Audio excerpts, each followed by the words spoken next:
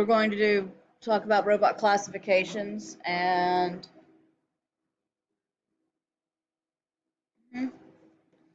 it should be going to follow along on that. Let's see.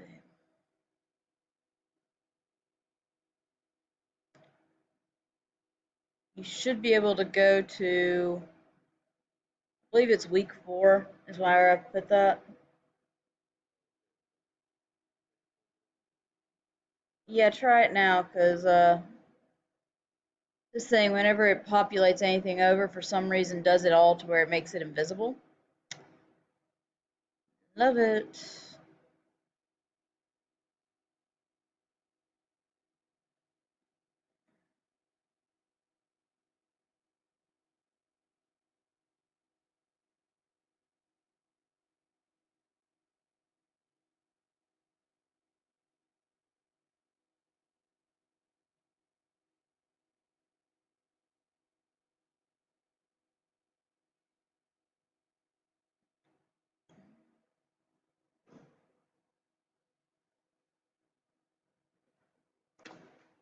Okay, so you should be able to see the content now on Blackboard if you're wanting to follow along on it.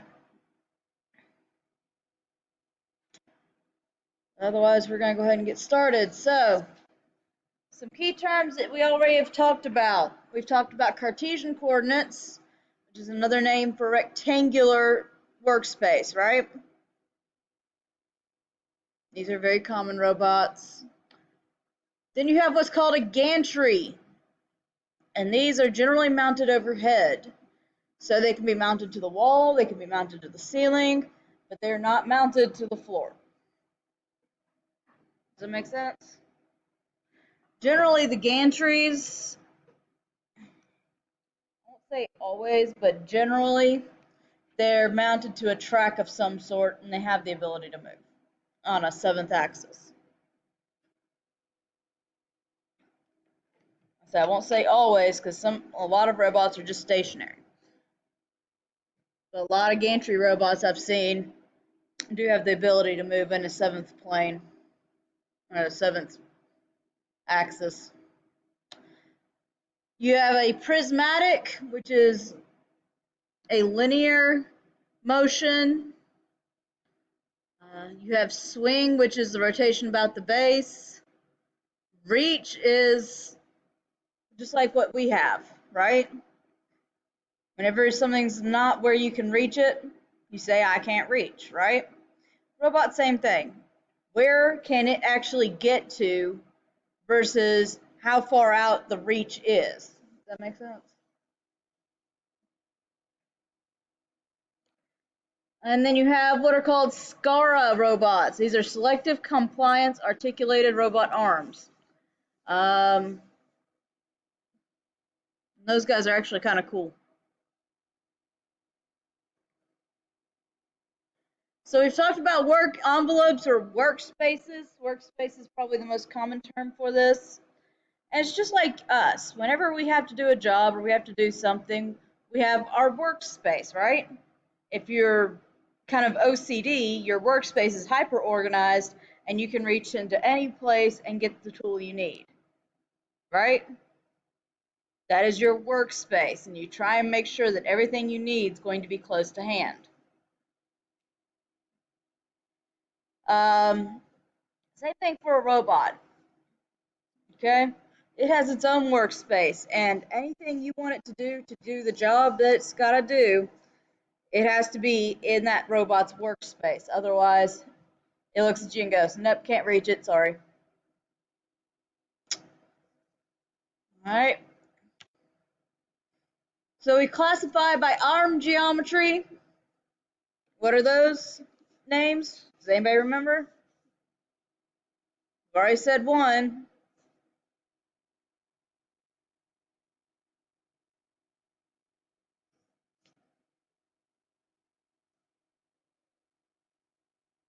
So you should see Cartesian / rectangular.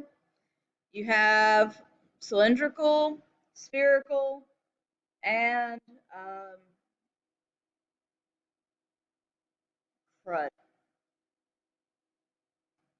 Great time for my brain to blank out on that. Jointed spherical. Yeah, you have spherical and then jointed spherical. We have our power sources. What are the 3 power sources for robots that we use? Electrical, pneumatics, hydraulics. Okay? Electrical, pneumatic, hydraulics. We're going to talk a little bit about path control technique.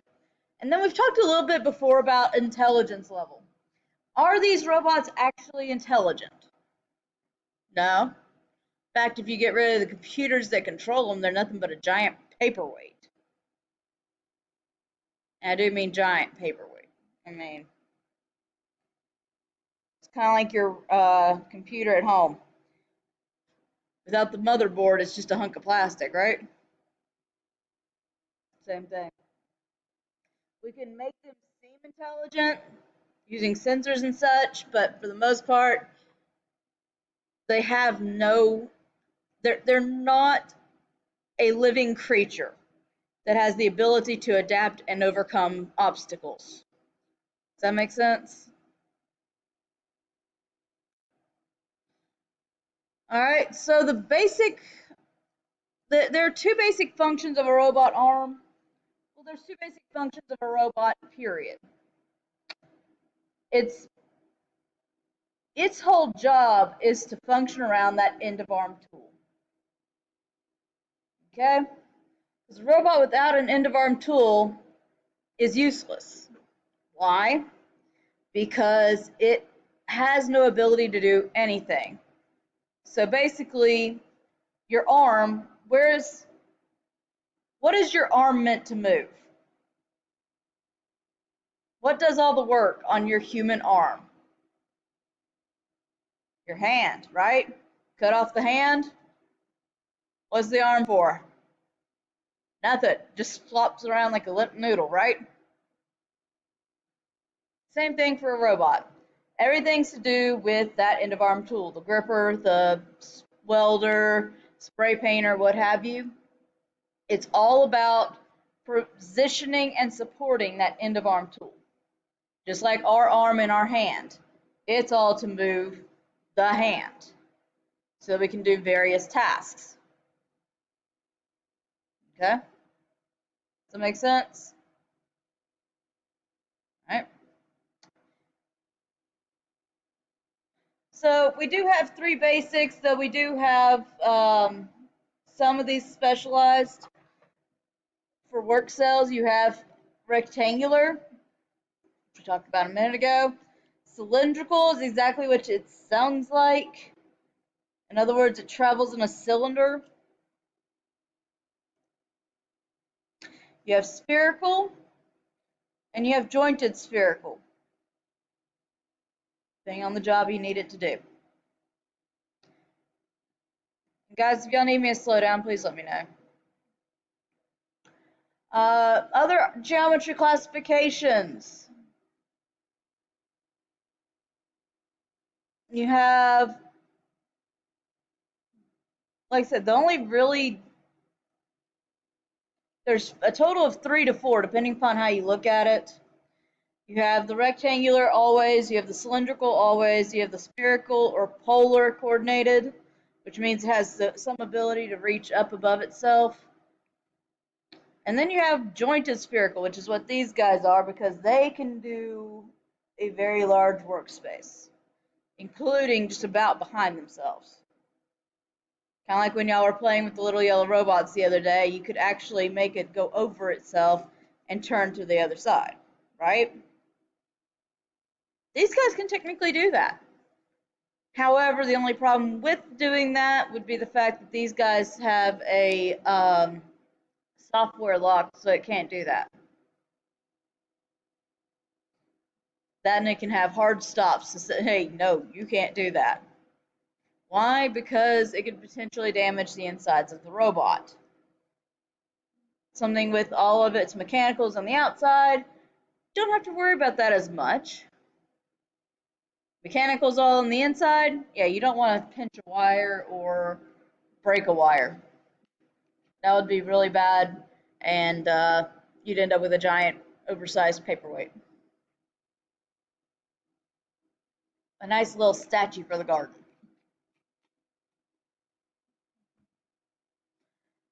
All right, so here's the three basics. You have your rectangular, you have your cylindrical. All right, and those are very basic ones, right? They're going to travel up and down, in and out. One swivels at the base, one is just running back and forth along its base. Then you get to these two, the spherical and jointed spherical. The spherical, once again, can rotate around the base, but the piece up here rotates as well. So it not only rotates around that base, it rotates over top of itself. Okay? That's the big difference between a spherical and a cylindrical, is it has that ability to go up and over. It's not stuck to just one direction. Does that make sense? And then you have the jointed spherical, which is again what these guys are. As you can see, he can pretty much move wherever he wants to at any given time. I will point this out. If you notice, none of these have tools on them, so none of them start looking towards the other 3 degrees of freedom, or other 3 joints, right? The other 3 joints are all where? All in the wrist, right? All in the wrist. But we're talking about what those base movements do. All right.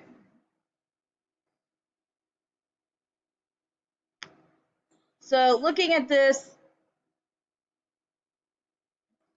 particular looking at this particular picture, excuse me, down here you have 3P, R2P, 2RP, and 3R. Now, let's go ahead and talk about what that means. We talked about the term prismatic just a minute ago. All that really is a term for is a joint that moves in a linear fashion. It moves in a straight line. So for this guy right here, the rectangular, he moves in 3 straight lines, right? Left, right, up, down, in, out.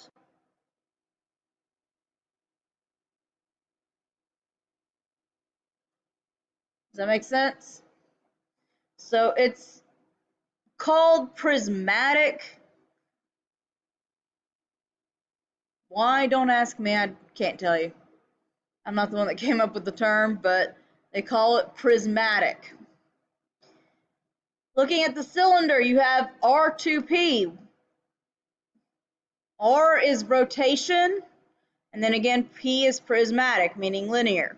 So this particular robot has one rotational axis, that's that one at the base, and 2 prismatic, which means you have the up and down, in and out movement. Does that make sense to everybody? Have I lost anybody? Then you have the spherical, 2 rotations, 1 prismatic. So let's look at it. It rotates on that base, rotates overhead, and then has 1 joint that moves in and out. And then you've got our basic robot arms, just like these guys over here. 3 rotating axes for this base. And it's true for these. They don't have any part of them that moves in a linear fashion. Okay? Everything moves by rotation. Much like our joints, right? Does anything in our arm move in a linear fashion? No, it all rotates, right? It's what gives us such good dexterity. It makes it to where we can accomplish many more tasks with just one hand. right?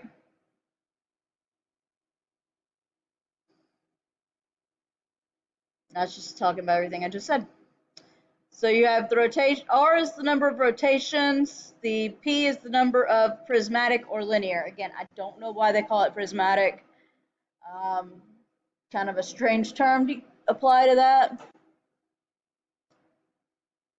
Maybe because light travels in a straight line, I don't know. All right, so Cartesian, we've talked a little bit about this before.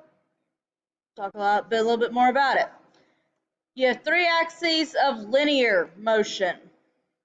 In other words, everything moves in a straight line. This is the simplest form of control found in pick-and-place robots. They are very limited in what they can do. Why? Because there's nothing on it that rotates. Does that make sense? So that kind of limits a few things, right? You can only move in three axes of movement. You can't rotate anything. Everything's got to move linear. That limits what you can do a lot. Because if you don't put it if you don't put what you need in that workspace, or you put it in a way that has to be rotated for the robot, it won't work. So these guys are used for material handling, machine tending, and welding, and have been adapted to quality testing, inspection, arc welding, and adhesive bonding. So yes, they have multiple uses. They're not exactly these big robots over here, which have literally unlimited uses. Because just like our arm, anything you put at the end of that arm as a tool, it can do the job. All it has to do is get in the right orientation. What do we mean by material handling, by the way? Anybody got a clue on that?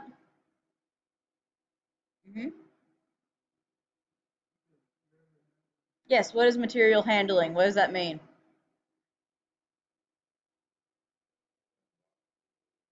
Handling boxes and such like that. Palletizing. Um, just, or putting everything into a case. Very simple. Machine tending is exactly what it sounds like. If you've ever seen a 10-ton press, you don't want to put your fingers anywhere near that 10-ton press. We'd rather use a robot. That way you go home with all your fingers. So we use robots often in machine tending, or if you're having to do, I don't know if y'all know what a furnace, y'all know what I'm talking about? Like US Steel, to melt that metal. Yeah, you don't want to be the person having to deal with that. You want the robot to do that, right? Goes back to that, robots don't take jobs, they take the jobs we don't want. The ones that you cannot pay us enough to take, right? I mean, think about that. I've had several people tell me robots take jobs. No, they just take the jobs we really don't want.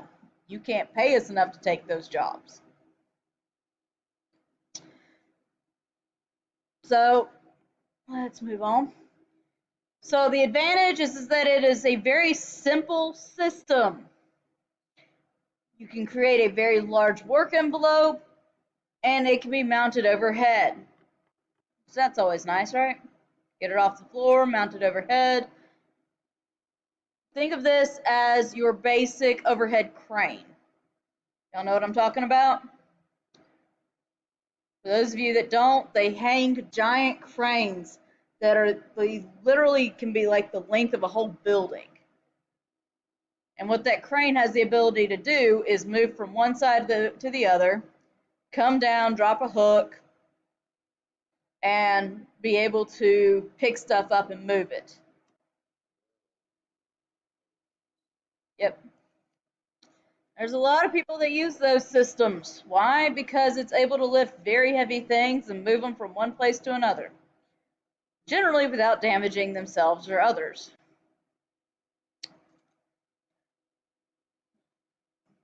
Disadvantages is that your work access is limited. So for a crane, do you think I could use a overhead crane to pick up something that's not under that crane? Nah, not really.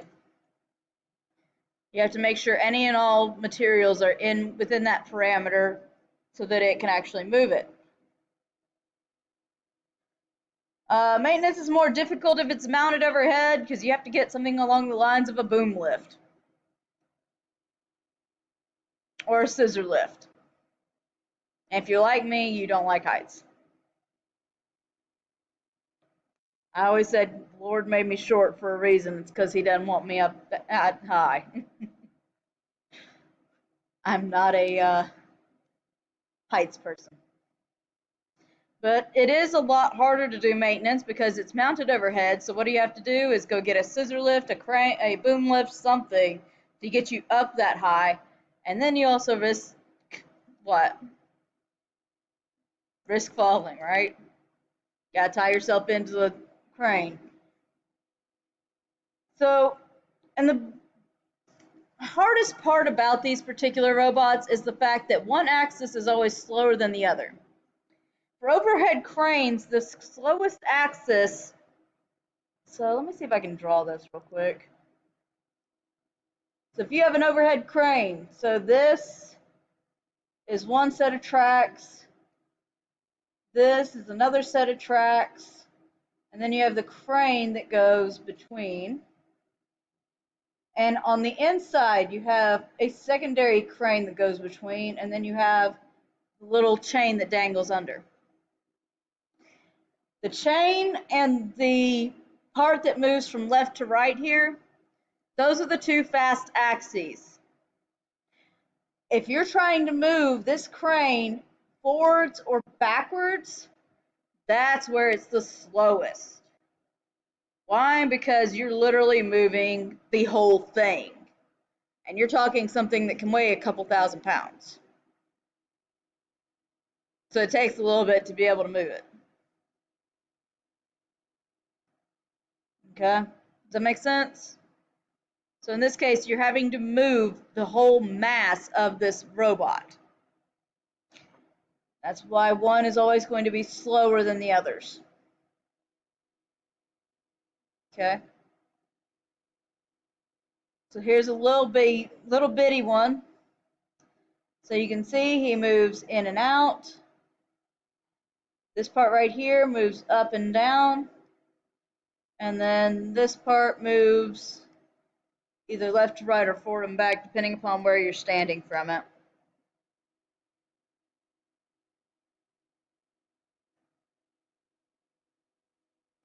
Cylindrical. Okay. So we've already kind of talked about two of these. The swing is the rotation around the axis. Reach is distance from the center of the robot to the farthest point in the vertical and horizontal travel. And stroke is the extent of vertical and horizontal travel.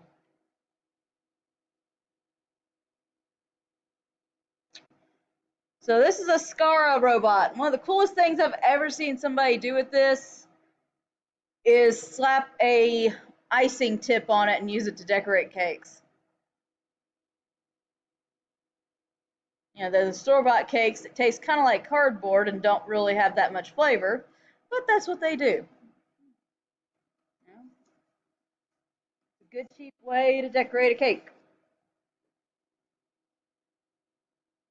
But this is SCARA, which stands for Selective Compliance Articulated Robot Arm.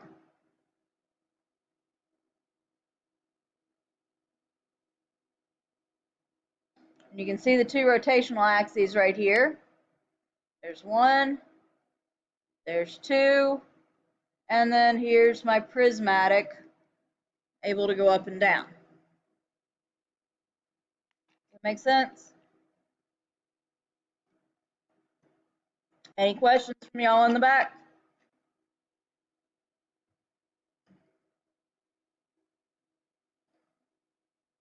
Okay, so again, this is just a cylindrical arm rotation.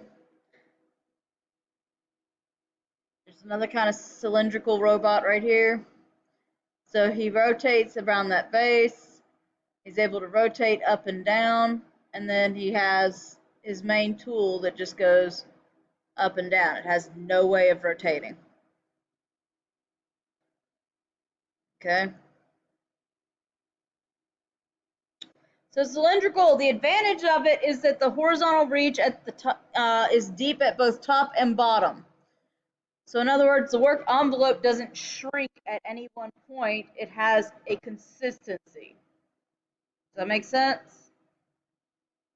Because the work envelope for these guys overhead is actually very, very small. Why? Because he does not really like to go over top of himself. And just like any kind of sphere, it all comes to a one point where it cannot get past it. But these on cylindricals, this work envelope is the same at the top and the bottom. There's no change in between. The fact that it runs vertically, it reduces the floor space needed, which that's a good thing on many factory floors. Why?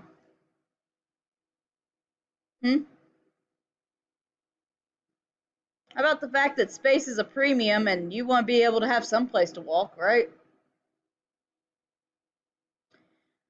Large payload machines are possible because of the rigid structure. Rigid structures are good for heavy things, right? The smaller mass located near the base or rotation makes for quick movements and good response. But again, you have confined reach because it can't go up and over. So there's no way that it could be mounted to the ceiling and then work straight down. These guys can do that. This one cannot. If you mount these to the ceiling, they can only still work in that cylindrical area. So again, you see the ones you should see most often here: machine tending, material handling, and I won't even say arc welding, just welding. Why do we like robots welding? Because you can make it to a specific point. You can make these guys do the perfect weld every time. Now, the best thing about having a robot able to weld is the fact that the robot doesn't need oxygen. It doesn't need oxygen, doesn't need air. So it can go into a high fume environment and weld, and it doesn't sit there and have to take a break every 5 minutes to get fresh air in. Think about that for a minute. I mean, think about a car. You want to weld the interior of a car? The fumes alone would knock you out, right? So we like to use robots to weld. We like to use them to tend machines because, again, we like to keep all our fingers. Material handling, love to use it for that. And the other one you should start seeing a lot of is this adhesive bonding. So does anybody know how the gaskets are put into your engine or your car? Huh? Yeah, the initial head gasket. How do they get such a tight seal? Because the robot can put that thing down solidly and make it to where there's no gaps in that seal. They can do it with far more precision than anything we can do. That's why these days all those gaskets are very precisely cut versus the old ones that were made of like paper and cork. I have seen those where I've sat there and went, you put cork in this? Cork is fragile. Cork breaks. Why?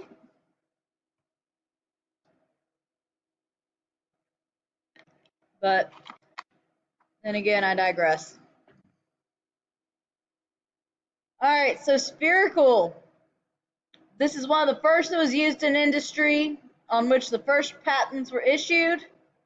Um, it's a rare thing these days. Why? Because it is so limited in its ability to be in its workspace. Um, and this is why. By the way, which one are they trying to show you here?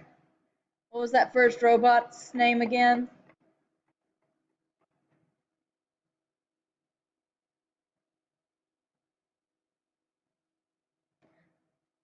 Does the name Unimate mean anything to y'all? It should, because that was the first robot. I would spell that out, but I am not very good trying to write with a mouse.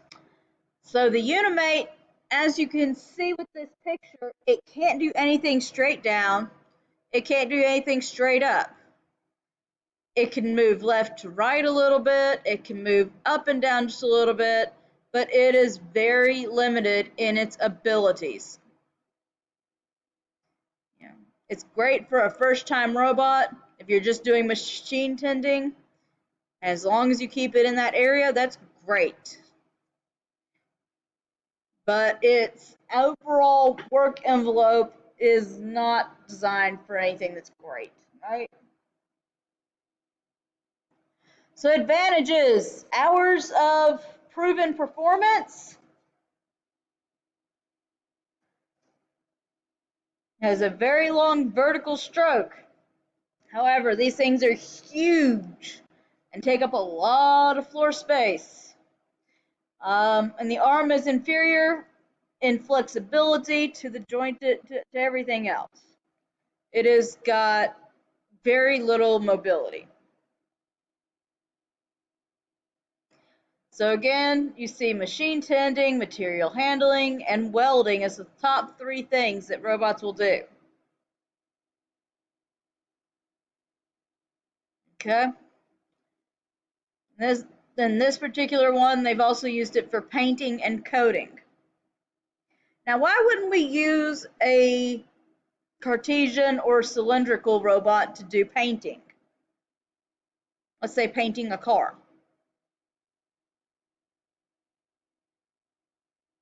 Because when you're painting a car, you kind of need to move over top, underneath, left, right, and be able to actually access some of these other points, right? So these guys would not be good for that. So those guys would not be good painters. And then you've got the jointed spherical. This is again your typical robot these days. I will say this: the one thing they don't talk about is, y'all have seen the little red robot over here. His name is Sawyer. And he's what's called a collaborative robot. And these guys are very new to market. I mean new. They've not been around for very long. I think they've been around for maybe 10 years. And even then, they haven't really had the technology. Nowadays, they're really starting to put these in. If I remember right, they have a bunch of them over at Flexingate. They have at least a few of them. Those particular robots are great because you can literally put them anywhere in their workspace. All you have to do is grab the robot and move it. And the better thing about it is the fact that when that robot is in motion and it feels any sort of resistance to its motors, he stops and waits for the person to move. So you can literally work side by side with that. That'd be a lot more of a high intelligence robot since all the sensors are inside it, right? Versus these guys where that big yellow one hits you, you're gonna be flying like one of those action figures. You're gonna be singing, I believe I can fly. Because you're not gonna be standing where you were. That being said, there's really not been that many robotic injuries. I think it hasn't even topped 200 in the last 100 years or so that these guys have been around. Compare that to a lathe, compare it to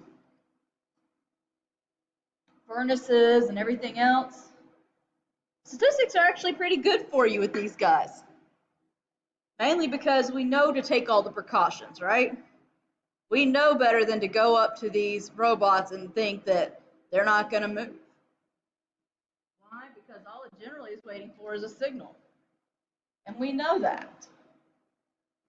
So generally, most accidents don't occur with these guys. Most accidents that do occur, though, are because what? What do y'all think?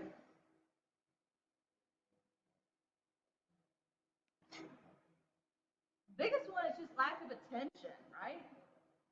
Kind of like what causes the most car wrecks? Lack of attention. That, oh, I need to check my phone for this text. Huh, so-and-so's broke up with so-and-so. Boom, hit another car in front of you. Lack of attention, right? Not paying attention to your surroundings because a social thing is more important than paying attention to the road. Just why they have been cracking down on it for the last 10 years.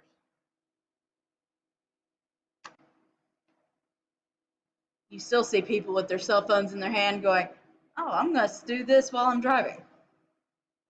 Smart. So articulated robot arms geometry. So most of these are generally all rotationals. Now you can put a tool on that is moving in a prismatic way, but 99% of what you're doing with these guys is rotations. That's why these guys are so very popular, is that they literally can rotate and move in ways that our own arm can, which means that it is a lot more dexterous than the other three robots, right?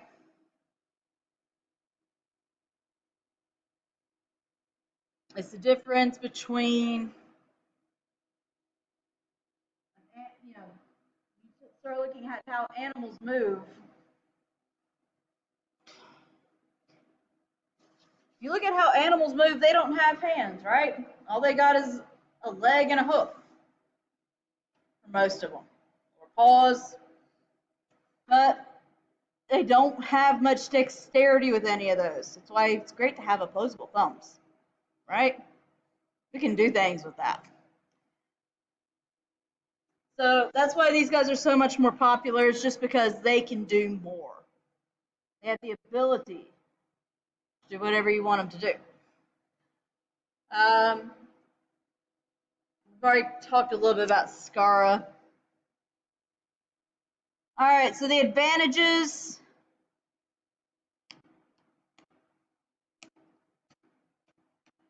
Okay, so yeah.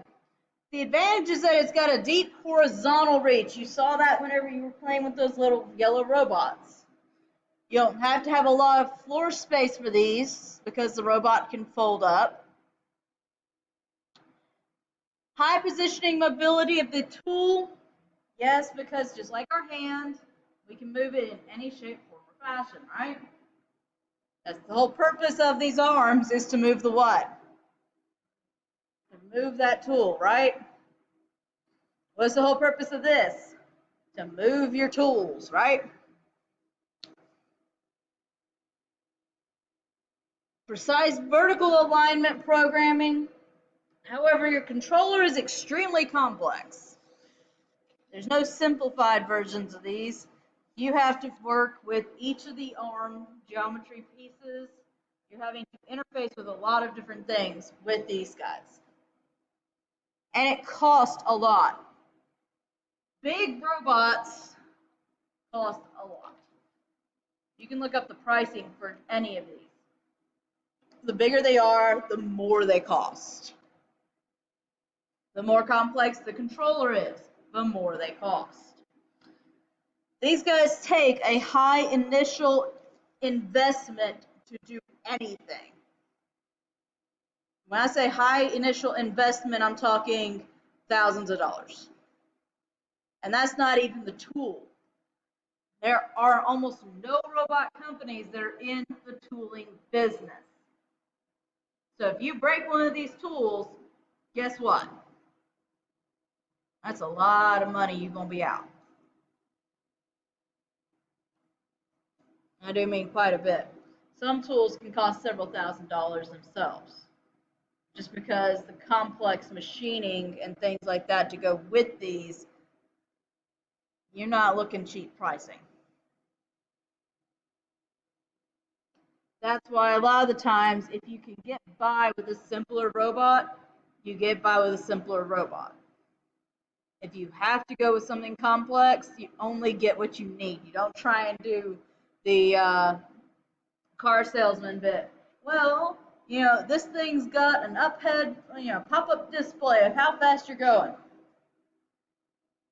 When I'm on the interstate, do I really care about how fast I'm going, as long as I'm going with the flow of traffic? Not really. I don't need a little pop-up display sitting right here. It takes my attention off the road because I can see this and it's constantly distracting me, right?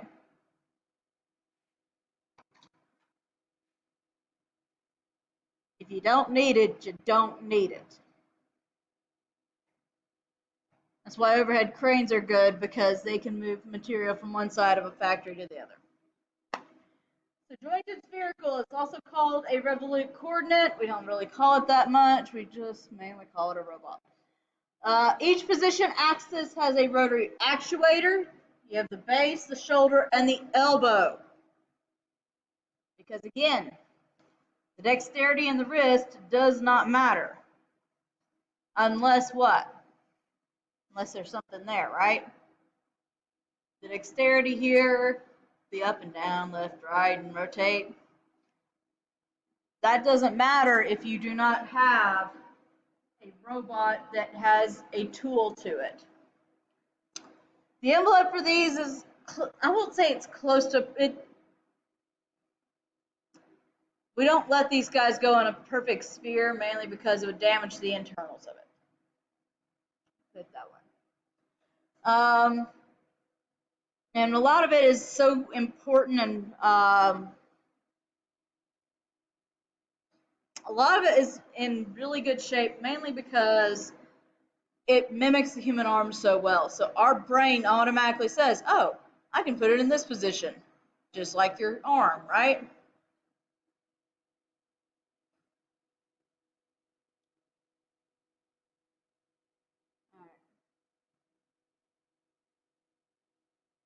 So some more advantage of this is that it's a very general purpose robot. I can make it do anything. I can make it paint, I can make it weld, I can make it handle machines, I can make it do anything I really want to. That's the great thing about these. The only limit is what kind of tool you put on it. And that you have an electrical power source. That's always nice too. So the disadvantage is that you have to have the proper people program these guys.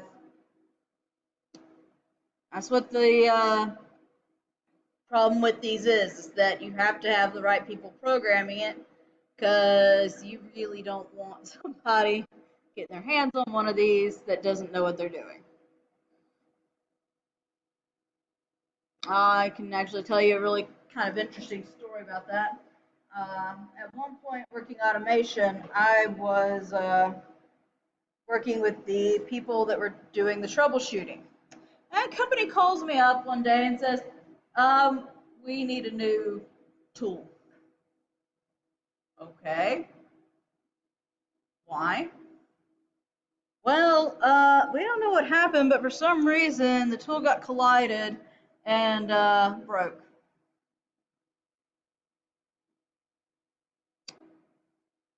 And you can mentally translate that to somebody didn't know what they were doing. They decided to get a hold of this robot's teach pendant, and they broke the tool. That's why you have to have people know what they're doing before they grab that teach pendant. Like I said, those tools are not cheap. So literally anything. These guys can do anything you want them to.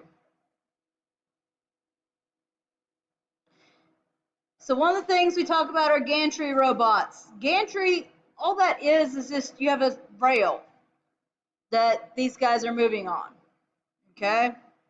It can be put overhead, it can be put to the side, put anywhere that's not the floor. And even then, you can sometimes have it on the floor, but the robot bends over itself to get down to another section.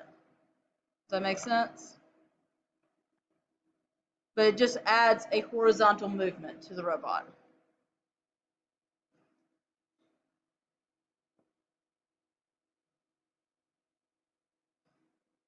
Okay? You have Delta robots. Now, these guys are kind of cool. They're spider-like and built from parallelograms connected to a common base that move the tool in a dome-shaped work area. And these guys are actually really cool, and they can move really, really quickly. They move up and down, and they can move literally left, right, forward, and back. They do it in a almost circular fashion. So drive sources we've talked about before. We have hydraulics, pneumatics, and electrics. Before we get into that, let's take... All right, so let's talk drive power sources. There's 3 of them, which we just said. One is hydraulics, one's pneumatics, one's electric. So hydraulics. Now hydraulics are a very interesting power source in the fact that it is made up of fluid that does not compress. For those of you that have never tried the trick of taking water and trying to crush the bottle with the cap still on, that is what we mean by it's incompressible. If you ever do a belly flop, you know what I'm talking about, right?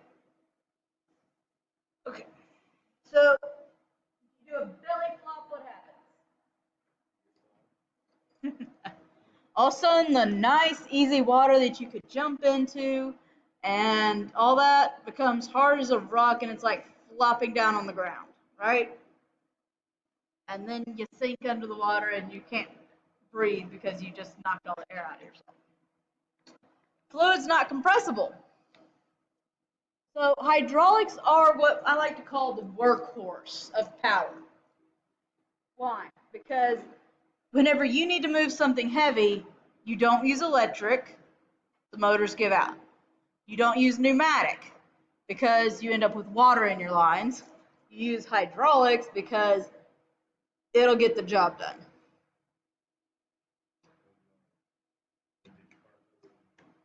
Huh? Yeah. It's what's in your brake system. It's what your power steering's got. It's what makes your car run, just about. Hydraulics. If you put brake fluid to something, that's hydraulic. If you got fluid as some part of the system, it's got hydraulic components. HVAC's got a lot of hydraulic components. Why? Because it's how they exchange heat and make everything go cold. At least from what I know of it. So you have to have a tank of some sort. Why? Because, believe you me, you do not want an empty tank on this. Anybody know what happens if you run something on an empty tank? Well, it's not so much that it breaks, it's that it'll overheat and it'll tear itself to pieces. Then you have to have a pump of some sort. The pump is the reason you don't run these things dry. Because you'll burn up the pump, and believe you me, that's expensive and a pain to replace.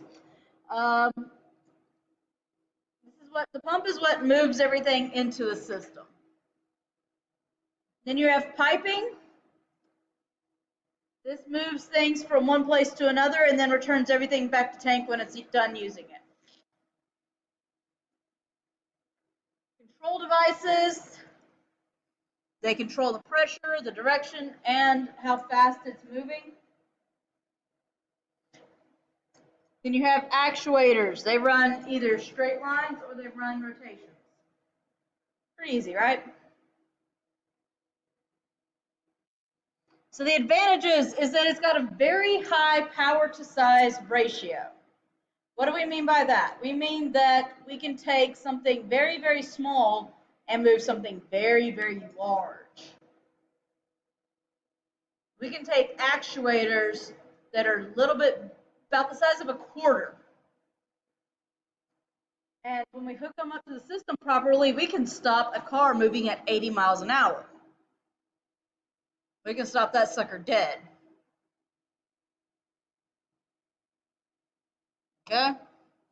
Very, very high power to size ratio. Like I said, this guy's a workhorse. He will just move it, move it, move it. He doesn't care what you put behind him. He's gonna move through it.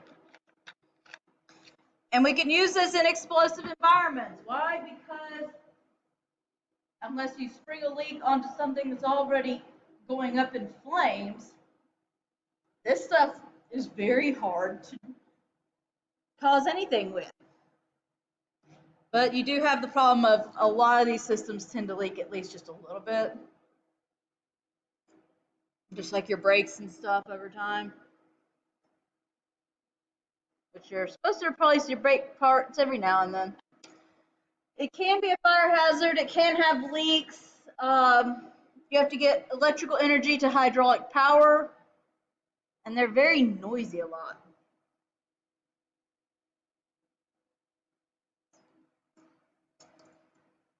But you have to have some form of mover for that pump, and generally it's electric. Which means that you have to have electricity at some point in the system. Pneumatics, the requirements are the same as hydraulics, except they require a compressor. And you don't have to have something to return the air to tank. If you do have something that is a return for pneumatics, it's generally because you're using a specialized air. So it's not called Freon. What is it called? It's refrigerant. Because I know that if I say Freon, every single HVAC student goes crazy. Because apparently up there they talk that Freon is a brand, not what it is. It's refrigerant, right? I've known too many refrigerant students that sit there and go, no, that's not what that's called. So refrigerant, you don't really want that out in the environment. A, B, it's expensive and you do not want to lose it, right? That's one of the few times you'll have a return system for anything to do with pneumatics. Why? Because 99.9% of pneumatics is just using your basic air. Okay? That's why you normally have to have a water removal system. Because what do we suffer with here in the South in the summer? It's not the heat that'll get you, it's the what? It's the humidity. The humidity is killer down here. That's why you have to have a water removal system, because otherwise all that humidity builds up in your system and you end up with water in your lines. Water is a fluid. Is fluid compressible? No, it's not. It'll start damaging the internals of what you've got. It'll rust out all the insides of everything, and it's just really not good to have water in your lines. For the fact that A, it's incompressible, B, it'll start rusting everything out. Just like you do not want air in your hydraulic lines. Why don't you want air in your hydraulic lines? Because air is compressible. I can compress air all day long. That's what your lungs do. Anytime you crush an empty bottle, that's what you did. You actually compressed air. So, air in your hydraulics, not a good thing. Water in your pneumatics, not a good thing. So, with hydraulics, we do what's called bleeding. Any of you ever had to bleed your brakes? Kind of quick raise of hands if you even know what I'm talking about. Use a little pump and you try and pull all the air out of your system. Same similar kind of thing with pneumatics. So you try and pull all the water out.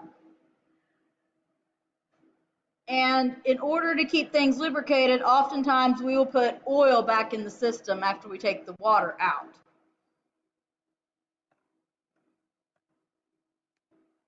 So pressurized air is readily available in most places. Why? Because it's cheap, it's easy, and you literally can run this stuff anywhere and just vent it back out whenever you're done with it. Low cost and well understood technology. It has very fast operation and is ideal for gripper control. And it's very clean. Matter of fact, the air is generally cleaner after going through the compressor than it was when it went in.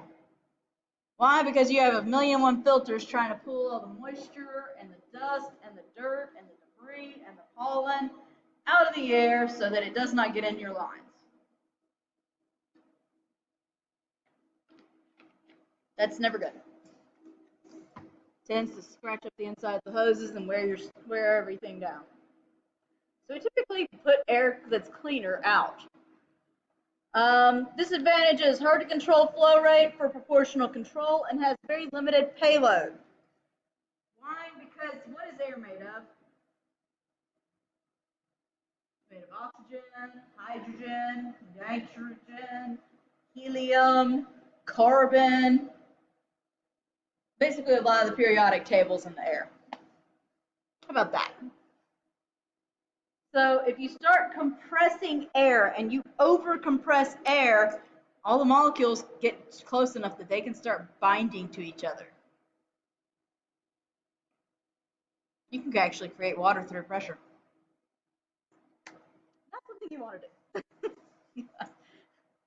That's why it's limited payload. You do not want to overpressurize these systems because A, you can really end up with a lot of trouble with that. B, it won't handle it. It has very limited capabilities as far as payload. And then electrical. This is the primary source for most of everything. Some are powered by internal combustion engines. If you've ever been to a job site, you'll know what I'm talking about as far as job sites. Okay? For those of you that don't, if you ever go to a place where they're building houses or they're building a big building or they're doing renovations, if you don't have power, a lot of the time they'll bring combustion generators. They'll bring gas-powered generators. Now these can run on natural gas or gasoline depending upon how much money you want to shell out. So the way these work is basic internal combustion engine, and it provides power to whatever you need power for. That could be pneumatics, so you can use an air gun to put nails into something, or you can put, there's a lot of pneumatic powered everything, right? Nail guns are probably the biggest one on a job site. That are staple guns. Why? Because you can fire that staple in deeper than anything you could use to put it in with. And it's faster. And this has to power the robot controller because it all runs on electronics. So we have two different types of motors, and we talked about this before. We have servo motors and we have stepper motors. I thought I had one out here a minute ago. I will have to find it and pass it around in a minute. Servo motors have feedback. In other words, these all know, excuse me. Sorry guys, my allergies are killing me right now. Putting stuff all down my throat, so I promise I'm not sick. I'm just got a little tickle in my throat.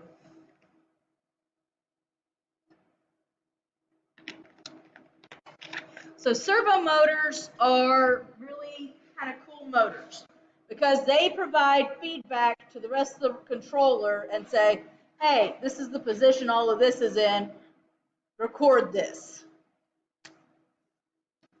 Stepper motors, not so much. Stepper motors have no idea.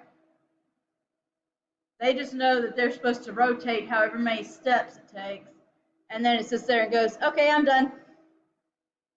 You can sit there and ask it all day long. Okay, where did you end up stopping? It's kind of like you go on a road trip back into the back roads and somebody asks you, okay, so where are you? I'm lost. There's a reason I'm calling you, right? It can run on DC or AC. Now, if you're dealing with very delicate electronics, a lot of the times you're dealing with a lot of DC power, because DC power, you don't have to worry about it as much. You don't have to worry about transient spikes as much.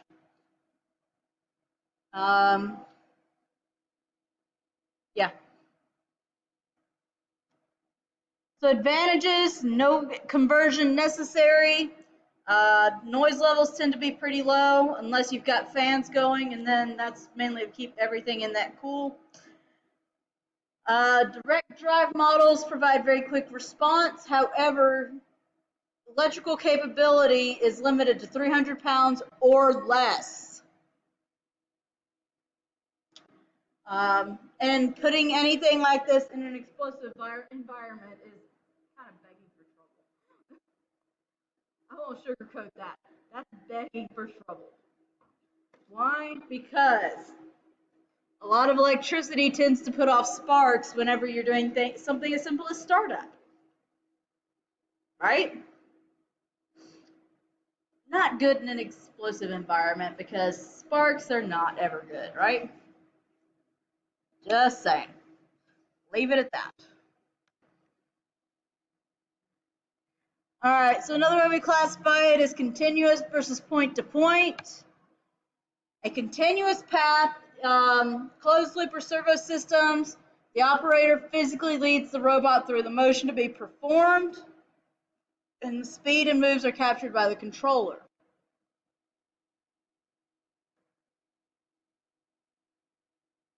Let's see if this will come up.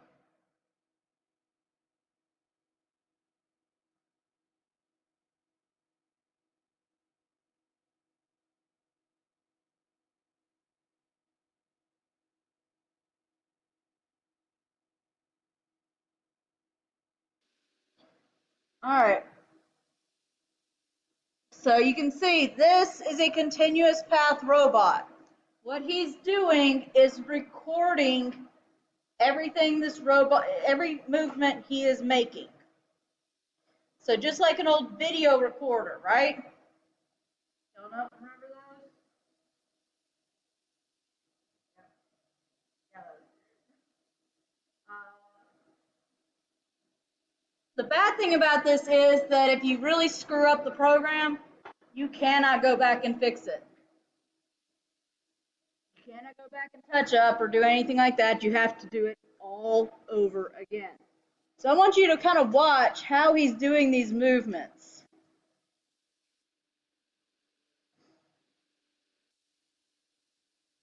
You see the little wrist flick he's doing at that very end?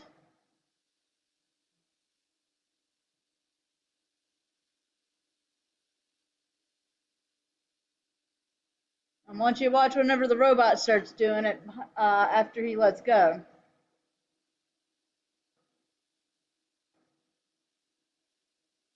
That's when it's most noticeable exactly what the robot's doing.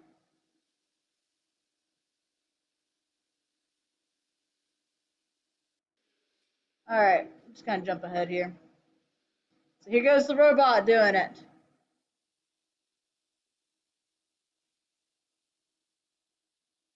You can see where he flicks it and you have overspray.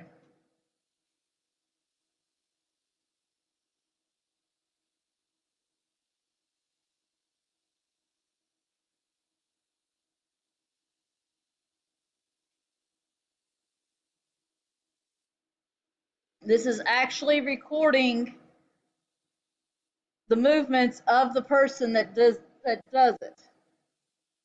It records it in real time so the robot can play it back and do it on its own. But again, you start seeing things like that wrist flick where you're going to end up with overspray all the time. Why don't we like overspray? It gets everywhere, right? One of the coolest examples I can think of is what's called Fordite, which is basically old dried paint that they pulled off the rails from old car factories. You end up with a bunch of overspray, you're going to end up with a thick thing of paint that starts building over time. Next thing you know, you end up with a giant block of paint. So just to kind of give you all an idea of what continuous path robots are. So the operator has to lead the robot through the motion. Speed and moves are captured by the controller. Now it goes back to, if you remember the old camcorders, you can't exactly go back and what? You can't do anything, right? You can go back and watch it, you can go back and fast forward through things, but you cannot change what's on the tape, right? You have to do it all over again. Same thing with these. They're good in the fact that every move that the human does is captured. They are terrible because you can't change anything. You gotta go back and redo it. It's not like you can do it on your phone where you can go in and say, oh, wow, I don't like how my hair looked in that particular part of this video. We're going to cut that out. And we can do that, right? You can tell it happened because the editing is not very seamless, but at the same time, you can go back and edit everything on your phone, right? Cut, cut, paste, and redo. So that being said, same problem with these guys. You can't go back and mess with it. The speed and moves are captured by the controller. The exact motion of the operator can be captured by the robot. The program length is specified in minutes of recording time instead of programming points. Okay? And the program is commonly stored on media of some sort. Matter of fact, most robot programs end up stored on external media. Why? Why would we want to do that?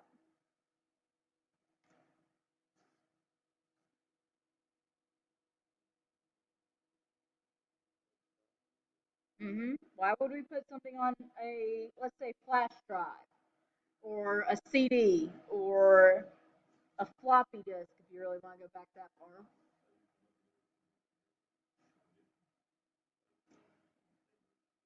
Yes, that way you can move it from one place to another. Another great reason is because just like with your, let's say you have to write a term paper or you have to write a speech or something.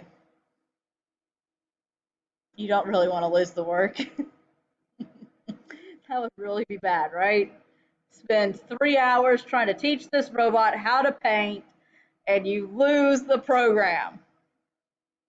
Nah, I'd rather put it on something that I can hold on to and make sure it doesn't run away.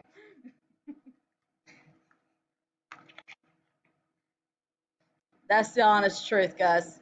The whole reason you store anything separately, if your computer crashes, you still have it.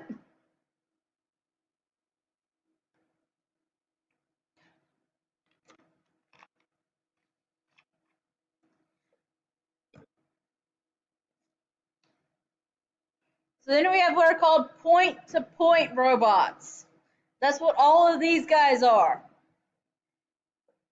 Okay, even Sawyer. You teach them individual program points, and then you tell them how you want them to get from one point to another.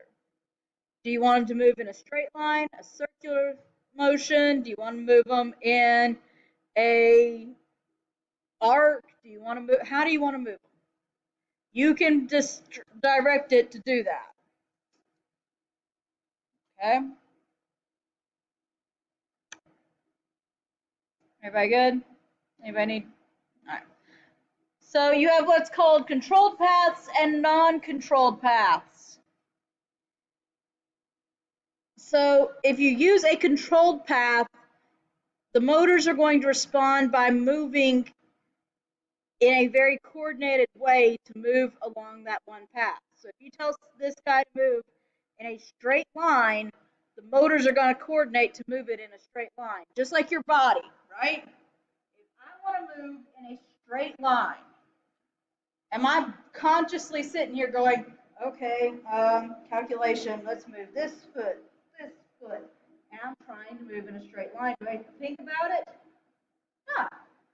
My body automatically does it, and we move in that straight path because our brains are really cool that way.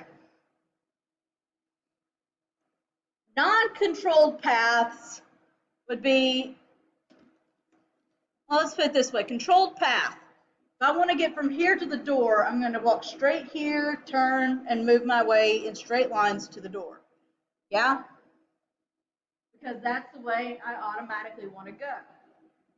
A non-controlled path, those are more interesting because basically it'd be me telling y'all, let's get to the door, and we go over the wall. That's non-controlled path. Because somebody my size is going to have to use one of these desks to jump, whereas some of y'all are tall enough, y'all can probably just pull yourselves over the wall. Right? That's a non-controlled path. It means that all the motors are moving in total concert to get from one place to the other as fast as possible. And those particular motions don't care if something's in the way. They really don't. They're going to get from one place to another the fastest they can, and they don't care if the wall's in the way. They'll take out the wall. Does that make sense? So a lot of the times when we're dealing with the robots, we use a lot of controlled path moves. So we use linear, we use circular. There's a third move called a joint move, though. That's the one that you don't want to mess. That's the one you got to be careful with. If you use a joint move, these guys will take out whatever's in their way.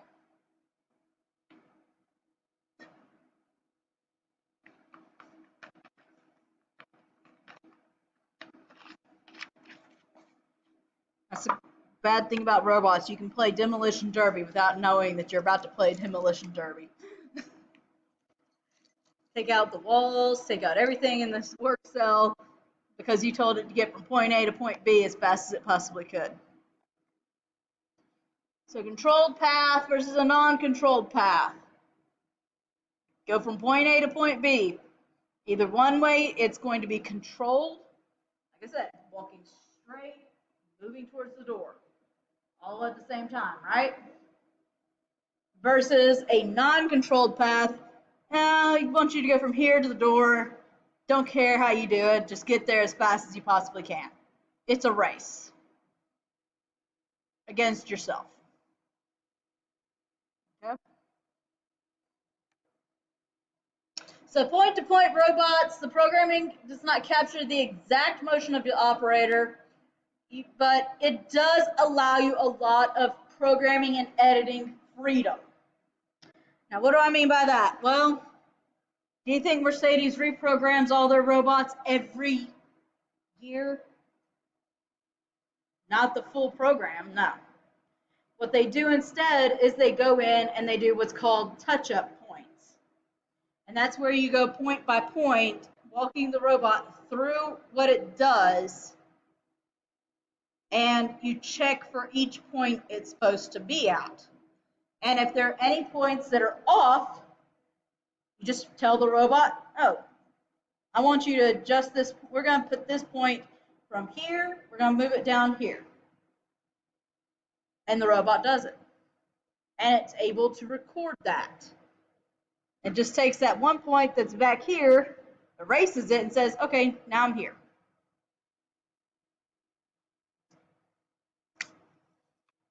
And the programs require much less storage. You're just putting in points. Controlled path motions, straight lines or precise arcs is how those typically are. You control the tool center point during the program moves, and you coordinate all of the axis motions. So basically reiterating what I've already said. Intelligence level. Now, again, I don't like calling it intelligence, because intelligence is what you and I have. These guys are not intelligent. They don't have a true brain. It's like a computer. Is a computer intelligent? No. Is Alexa intelligent? Or Siri? No, they have a seeming of intelligence, but they're still a computer with computerized responses. Does that make sense? So do not confuse intelligence for real intelligence. Does that make sense to everybody? That's the biggest thing I can ever say. It's not iRobot where, the robots are actually smart enough to take over the humans and, try and force us to do what they want to do. No, these things are not that smart. These things don't have a true intelligence that it can figure stuff like that out.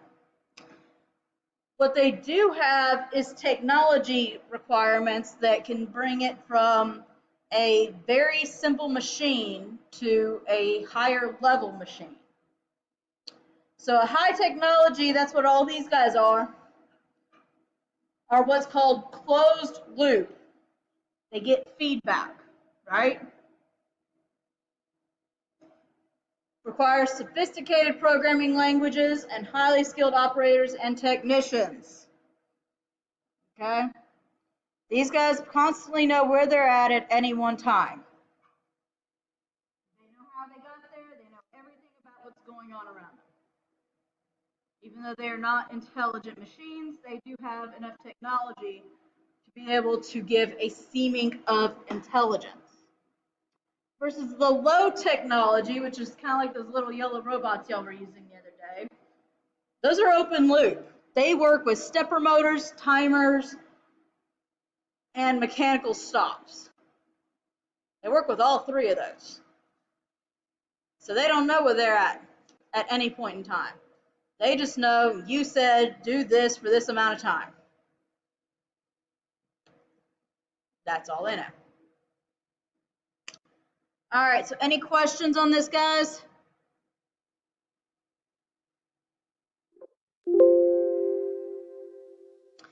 All right, so